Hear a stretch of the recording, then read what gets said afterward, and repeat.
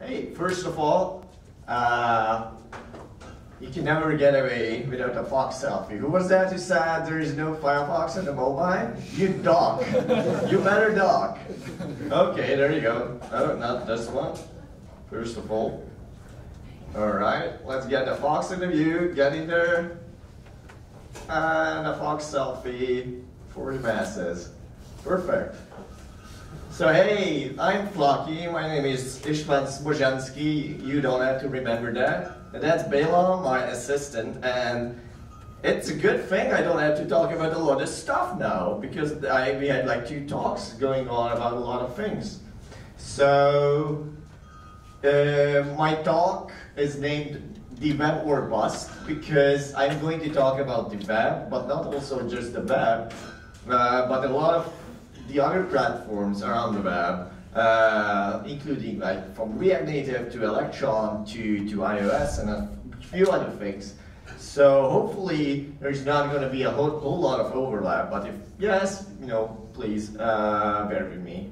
So about me, indeed, I'm a JavaScript developer, I'm a hardware hacker, I'm an inline skater, and a lot of other things ending in ER. Hopefully I'm not ending up in the ER after inline skating, but anyway, I'm working a lot of open source projects. I'm Mozilla, I worked on Firefox OS once it was alive, and like hardware projects and tiny microcontrollers, as Paul said. You can tweet at me at SLSoftworks if you want to rant at me about the things I'm going to say, feel free to. So this is one thing we already know. The mobile is eating the world. Also, slides will be online. You will see a link to the slides. There is a host of information in there, a lot of links, a lot of stuff in there. So if you want to, feel free to read off, watch videos, binge read, and stuff like that.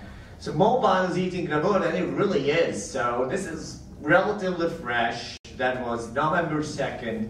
When Steph Cantor said that all mobile and tablet traffic overtook all like PC traffic, which is like laptops and desktops, which is, I'm guessing that's quite a big thing. And this is web traffic.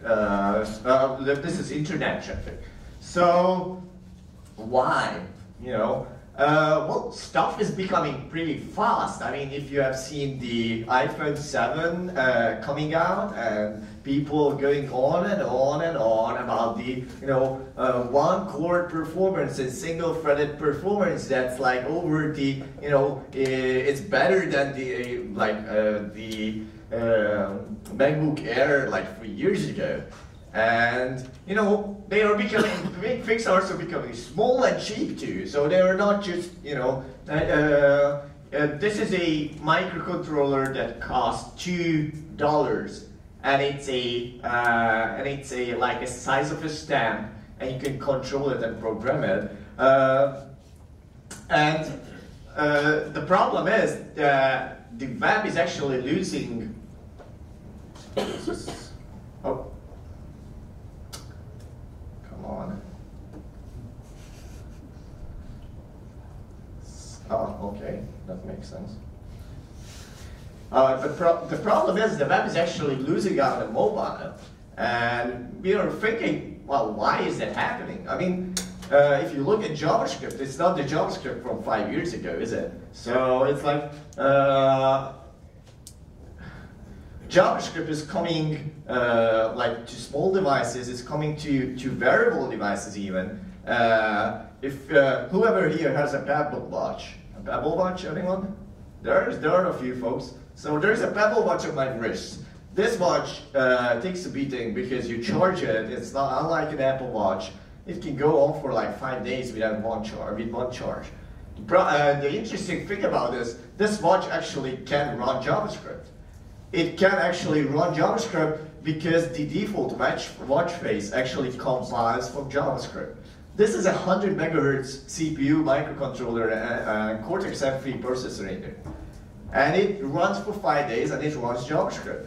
How does it do that? Well, JavaScript become pretty small. It can run on like 50K of memory and maybe 200K of flash space. You can actually install JavaScript on stuff.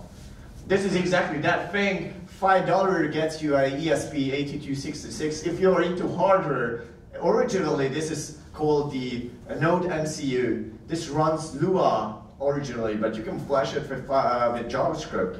And this has Wi-Fi built in already. You know, 1 terabyte, 1 terabit per second IoT attacks. When things getting Wi-Fi at $5 and you can program them with JavaScript, we are set for some terrible things, folks. So, so here's the thing. You know, this runs JavaScript. Okay, so it's not JavaScript. So why is the web losing a mobile then? Well, it's UX, user experience, especially end user experience. Because native has a lot of perks. You can say it's performance, you can say it's like offline capabilities, but the web's real crisis comes from we basically forgot about mobile. We were building mobile websites. You know, we came up with this responsive thing, and we were building mobile websites like we did on desktop. And in desktop, you have a broadband connection, you have Wi-Fi, you have some kind of link to the internet. Whoever here ever tried using flight Wi-Fi ever? Flight Wi-Fi? Flying? There you go. Flying over Canada, you pay 70 euros just to get shitty Wi-Fi connection on a flight because you have to work. And the only thing that works on there are mobile apps. If you try to use a website, you know, it's not because of it's slow, it's because it's unreliable. We are building stuff that relies on the network, albeit not having a reliable network connection. Okay, so let's zoom out a bit. How did we end up here, right?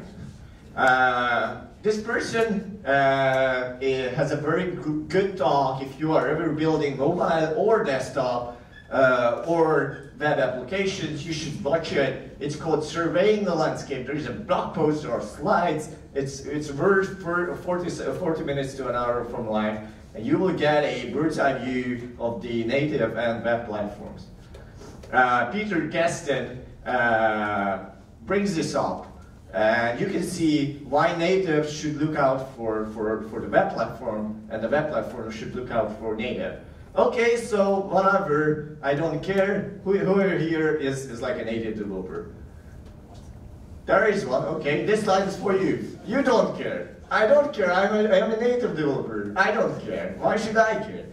Like, this is your friends who are native developers, and they are asking you, why should I care? Well, you should care because of platform lock-in. You know,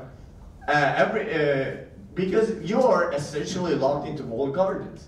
You know, you have an iPhone because it's nice and it's okay and it works great for you.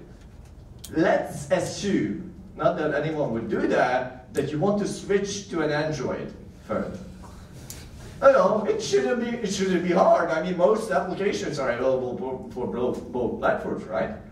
And then you switch over to an Android phone, like, oh, Google Pixel is out. This looks pretty nice. This looks almost like an iPhone, just runs Android. And like good Android, not like shitty Android that my Samsung runs or whatever. Sorry, Samsung. I actually love the Samsung MacBooks. They're less than that. So, yeah, and you realize, oh, shoot, now I have to rebuy all my applications because they are in different app stores. And you know, you realize now I cannot sync my stuff because my stuff is synced into my whatever devices, and my you know, you realize all those things, and then you realize what a walled garden means. And that goes on and on. You know, WeChat, it's basically the platform. Platforms are locking you in by not letting you leave that platform because when you are in there, you are in a bottomless pit. You cannot do anything about it. So what's up? Again, the same thing. By the way, WeChat. I have a friend in. I think she is now in Shanghai, but she was studying in Beijing. So they had in the dormitory washing machines that you could operate with coins. They replaced the washing machine one day, and there's no more coin-operated washing machine except the ones that you have to have a WeChat account hooked up to your credit card to do your laundry. You have to pay through WeChat. There is no coin-operating washing machines anymore. There you go. Now you know what a walled garden is. Privacy. Well, whoever cares about their privacy here? I care, for example. You remember this? Who remembers this? Messenger is recording everything you say. It asks for your permissions. And there's like this huge media like turn up about, no, don't be scared. Messenger is not really recording you all the time and running you through like, you know, you talking about stuff with your friends and suddenly you're talking about whatever, going to Hawaii and suddenly Facebook pops up an advertisement of cheap flights to Hawaii. And you're like, wow, how did that happen? And you know, I'm going to give Facebook the benefit of the doubt. I imagine this was just something like a rampant, you know, research thing that got out of hand, something like that. They might have even not had it, but they can have it. They can. Facebook Messenger application has every right to track you and record you all the time because you give them the permission. Twitter is tracking users installing apps for ad targeting. And yes, you can fish for the option. You know, you can fish for the option and find it and disable it. But this is basically the same story. You know who did that first? The web did that first. You know, when a third-party site saves a cookie on your computer, this is doing that. You know, when you open a site that has a like button embedded, Facebook knows you're browsing that site. You know, this is the magic of third-party cookies. So yes, the web was first. The natives stealing those ideas because they can. So here's the thing. So we are seeing there are some issues with the mobile web, right? So there are some problems with the web as well. I mean, cookies exist on the web, and they are like third-party sites and tracking. Mozilla has a, wow, I wanted to say it very promised. Lighthouse, not Lighthouse. It might be Lighthouse. An application, Lighthouse, is an application that you can see how many third-party sites and scripts are loaded when you open a website. So we started freaking out, and web developers started mocking native. Who remembers the Flipkart app that renders everything on canvas, right? Yay! That's a good idea. So let's not freak out that much. Okay, this is strange.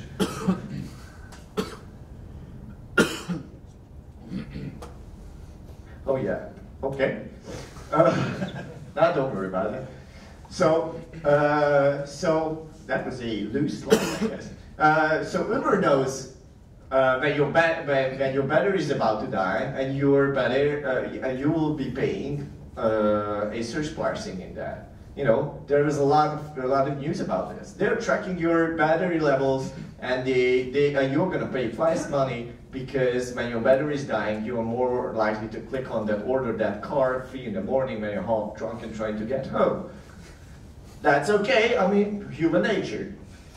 So here's the thing: people realize that we have a battery API in the web. You know, Uber said, no, we don't do that. You know, pinky promise. On the web, people went like, hey, actually this is a problem. And people did a battery status API review. They realized it's quite unusual. And you should, it wasn't even exposed to, like, you know, they didn't ask for permission or anything.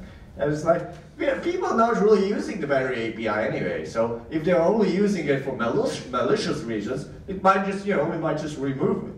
So there is a host of reasons why you should be aware that your browsing session can be fingerprinted, and you can be tracked with these APIs on the web. But people actually care about this. Do you care about how could you be fingerprinted on your Facebook Messenger? Of course you don't. So what happened is they actually are removing the battery API from Firefox at this point, which, you know, might be an overreaction, but it's at least a reaction. So access, gatekeepers are real. Pebble, oh, iOS, the Apple Watch is coming out, and suddenly, Pebble supports iOS at some phase, in some shape or form. Suddenly, their app, when it's coming out for iOS, it's delayed. Who knows why? 2 weeks pass. The Android version is still out. The Kickstarter backers are getting their watches, and they cannot use it because Apple forgets to release the application to the iOS store. Same Dash. Dash was, who used Dash here? Dash is a iOS and Mac app for developer documentation. Suddenly Apple pulls it from the App Store, out of the blue. You can read about it all. It doesn't matter. There was like an all standing reason or not. By the way, Dash is now open source. The application that they pulled from the App Store, you can actually download it and you can actually contribute to the code. But that's not the thing. Apple decides what they want in their App Store or not. There was a talk at Mobile Era by Krista, I'm not going to remember her name, who works at Pinterest, I guess. So you have to use your own best judgment and then really hope like hell it matches Apple's best judgment. This is how you submit apps into the App Store. So on the web, well, the main reason I care about the web is because it's the world's biggest software distribution platform that isn't owned. This is Dave Herman, head of Mozilla Research Division, and that's true. That's true because it's the most accessible and not owned platform on the planet. Uber created an application, a web application for India and India, Bangladesh, I guess. You can hail a cab without the app. You can pay cash. Because they realized it's a problem for people to download the app, to use the app in those places. You do not have a credit card in those places. And this, you have to type the web URL and you're there. So the web is not all dandy. Like AMP has been mentioned by our friend before. And it's a whole new can of worms. You can see there's just a recent tweet, somebody tweeted that people can think about fake news that they are legit because AMP pages are shown as served on Google servers. This is just one issue, but there are a whole lot of issues. So we are getting to PWA. How many? I have -5 minutes, maybe. 10 minutes more, right? Yeah, okay. So we are getting into PWA territory. People have been already telling you how you could make a PWA. Maybe you can even have an idea why you would want to make a PWA. Have you seen this comic? Who knows SKCD? So I'm going to read because it's small letters. Installing things has gotten so fast and painless. Why just not skip it entirely and make a phone that has every app installed already and just downloads them and runs them on the fly? There is a caption. I felt pretty clever until I realized I invented web pages. Oops. Which is indeed what a PWA is. It is just an application that is downloaded to your phone and runs, without having to install anything. You just type the URL, which is exactly what, an Android streaming app is. You don't have to download and install anything. See the synergies? Native platforms like mobile web is trying to become more like a web application, a native application. More performance, look like more nicer interactions, touchy and feely and all those things. But the native is learning some new things, some new tricks from the web as well. Native platforms are implementing deep linking and streaming apps because they realize these are good stuff. The web did this for 25 years now, or 20 maybe. The internet exists 25. I know. You can look at that stuff up on Wikipedia. So here's the thing. What is a PWA? This is the oldest PWA out there, or at least the most coolest one. About Dash? This is dev.io. People, there is always, if somebody talks about PWA, no, like you shouldn't fail to mention that app cache is a douchebag. And you know, say Jake Archibald 3 times and he appears right next to me. So that's why I'm not gonna say Jake Archibald one more time. So here's the thing, that.io actually uses app cache and uses IndexedDB to actually pull that information that Dash uses down onto your web browser, cache it away from offline use. You can cache it away from offline use and expose all that information in a web app. This is a web page. This knows, well, like I haven't been using Dash for a while, but this is basically the same app, and it works on the web, and you don't have to install anything, and you don't have to go through the Apple Store and register your credit card and crap like that. So here's the thing. What's a progressive web app? Progressive web app is just a web page. That's the nicest idea about this. People have been telling you about service workers and new APIs and new technologies, which, you know, they exist. But iOS finally shipped, they're finally fixing their IndexedDB implementation. That's all it takes for you to have a proper offline experience. Finally, they could actually make that .io work on Safari. It's not a progressive web app. It's not branded as a progressive web app indeed, but it does everything you want from a progressive web app. It's offline first, it's worse offline. It does everything you want from an application. It's nice UI, it has nice UI, it has all the information cached for you. And you didn't need any new APIs. So that's the thing. You know, I installed the Lufthansa application, and this is the screen it greeted me with. I was like, okay.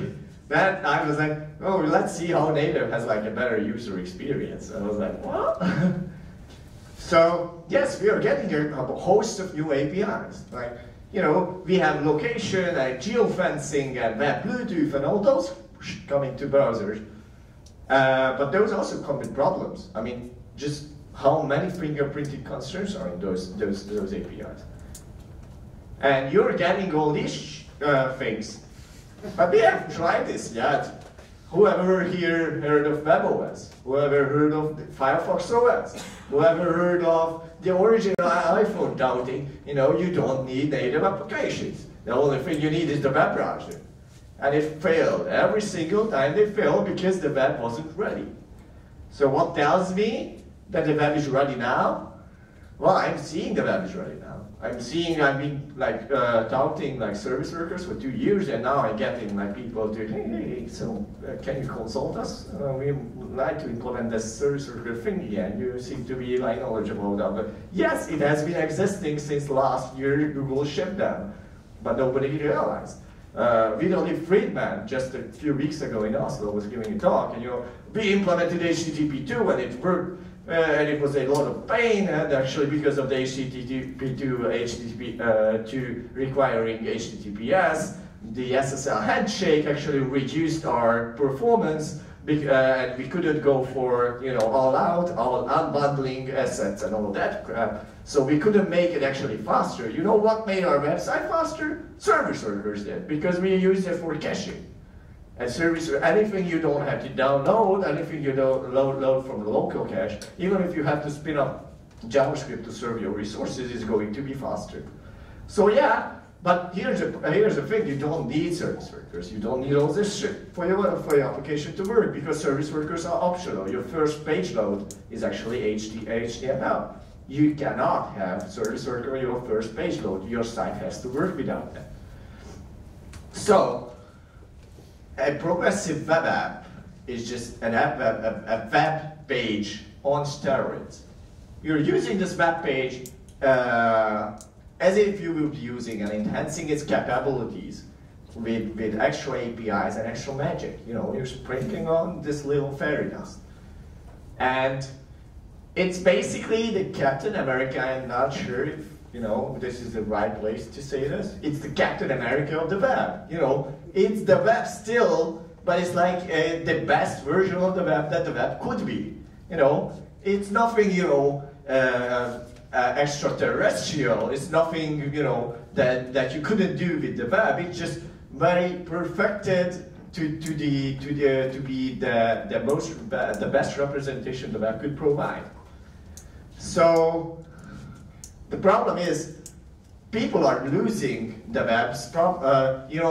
Ajax came around and people started making websites that didn't respect links. That's a superpower of the web. We just discussed native is sprawling to get links into applications and stuff, and we just threw it away. And here it is again. We are making a progressive web app and making it just a mobile app, and it doesn't work on desktop or doesn't work across browsers or doesn't work with Safari because they don't have a service worker. Losing all those things. You have to, when you are evolving, you have to keep backward compatibility. That's the web. That's all the web is about. And backwards compatibility needs, basically what you are doing is interacting with your device. You did that, with clicking to links. Now you're tapping to stuff. In the future, you might be, sending chat messages to a chatbot or even voice messages when we get to that. And you need those interactions to become easier. And there are a lot of things that you could do, but if you ever heard of the physical web, it's pretty seamless interactions. You're just using a Bluetooth beacon broadcasting. You realize there is a link next to you. You click on the link, and you are launched. There is a link in this slide. If you click, there is a video how you can control a Bluetooth drone with nothing but a web browser and a phone. Nothing but a web browser, no application install. I just received my new drone. Oh yeah, let's play with this drone. Oh, I had to download a 70 megabyte application to actually bring it to life. Oops, sorry. What if I have a Windows phone? Oh, baby, you're out of luck. So there is a lot of controversies which I don't have time for, but you know this one? WebVR is all the rage, and I have to show you this link because this is the future. WebVR, this is the HTC Vive headset. If you have never heard of WebVR, it's great. Here's the thing, you can switch between WebVR scenes by clicking on links. Oh wow, that's a great new idea, right? No, it's a 25-year-old idea. Hyperlink comes from a hypertext document comes from there. It's VRML and a hypertext. Isn't that great? So yes, keeping our roots is very important. And Safari doesn't support stuff. They will eventually. They will because you are gonna make them. You are gonna be using this stuff because they are cool. You are gonna be using this stuff because half the world's population uses Android phones, and you actually get away with using these technologies because they are progressive enhancement. And then somebody will realize their $900 phone doesn't do the stuff that your cool pa can do with an Android one for $100. Oops. So it's your responsibility to make Safari support this stuff because they will have to want it. So, there is no evil Microsoft. Microsoft just joined the Linux Foundation, and we did a workshop with Microsoft. And somebody tweeted, I wish I could go back time and show this to someone that Mozilla and Microsoft are working together on a workshop, because they would just not believe me anyway. So, walled gardens are real, vendor lock-in is real. And native apps might currently be the best way to interact with a platform. That shouldn't be the way it's always going to be staying. It's also your responsibility to make that not stay like that. But I don't have time for that. There is this great resource if you want to dive into progressive web apps. If you ever only click 2 links, it's going to be Peter Gaston's video and this blog post. Keep making the web great.